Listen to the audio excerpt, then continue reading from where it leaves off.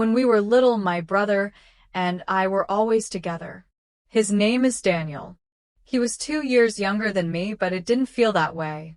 We were best friends, building blanket forts, sharing secrets, and racing to the dinner table to see who could make Mom laugh first. Those days felt like they would never end. We didn't know that time moves quietly, taking small pieces of closeness with it. As we got older, everything started to change. I got busy with school, then with work. Daniel found new friends and spent more time on his phone.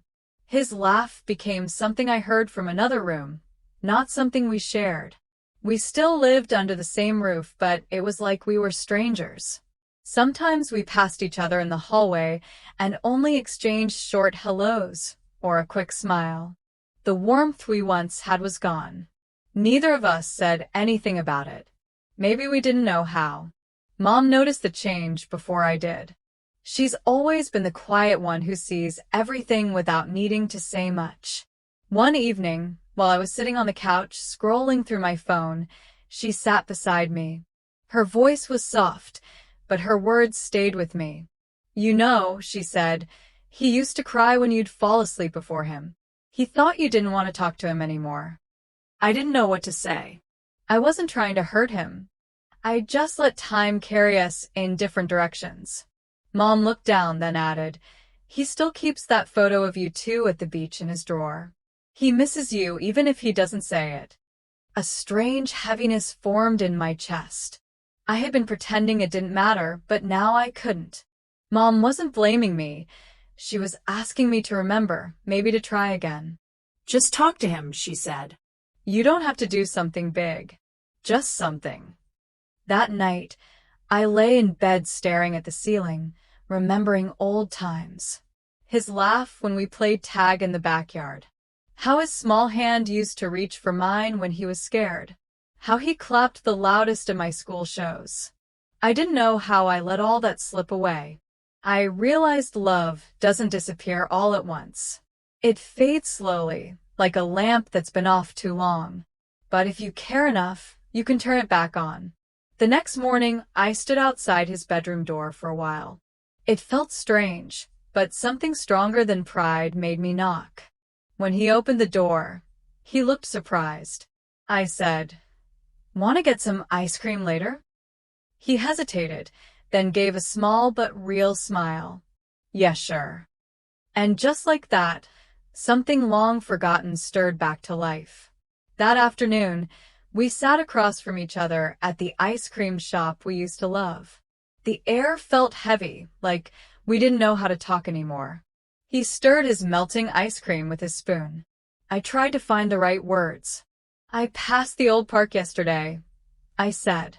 "They still have that broken swing. Remember how you always fought me for it?"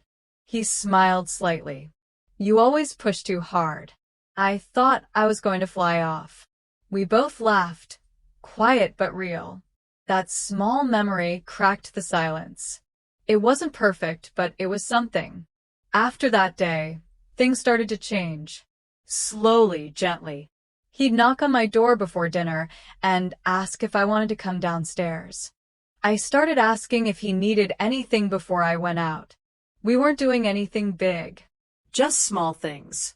But those small things helped us find each other again. One night, we sat in the backyard watching the sky. Daniel asked, "Why now?" I thought about it, then said, "Because I missed you." And I didn't realize how much until Mom said something. He nodded. "I thought you didn't care anymore." "I did," I said. I just didn't know how to show it. He didn't respond, but the silence between us felt different now. It wasn't cold anymore. It was calm, like something unspoken had finally settled. The more time we spent together, the more I remembered who he was. The way he laughed with his whole face. How he hummed softly when doing chores. How he tied his shoelaces 3 times before it felt right. He hadn't changed as much as I thought. I had just stopped paying attention. One night, he brought out an old board game we used to play. We sat up late, laughing, talking. At one point, he looked at me and said, I'm glad you knocked on my door. Me too, I said, and I meant it. It didn't feel like we were fixing something broken. It felt like we were uncovering something that had been buried under years of silence. We didn't talk about getting close again. We just were. And Mom, she noticed. She didn't say anything, but I saw the way she watched us. Sometimes I caught her smiling, like she had always known we'd find our way back. One evening, Daniel gave me something wrapped in brown paper. Open it when you're alone, he said. Later that night, I opened it. Inside was a small notebook filled with notes he had written over the years. Things he never said but always felt. Some were funny. Some were quiet and honest. One page read, I hated how far we drifted, but I never stopped hoping you'd come back.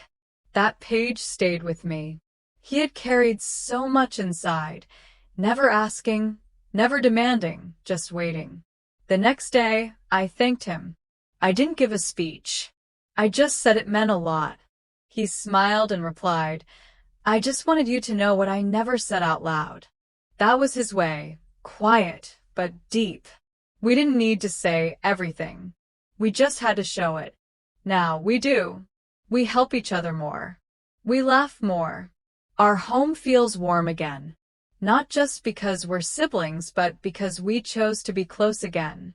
And for the first time in a long while, it feels like we're truly family, not just by blood, but by heart.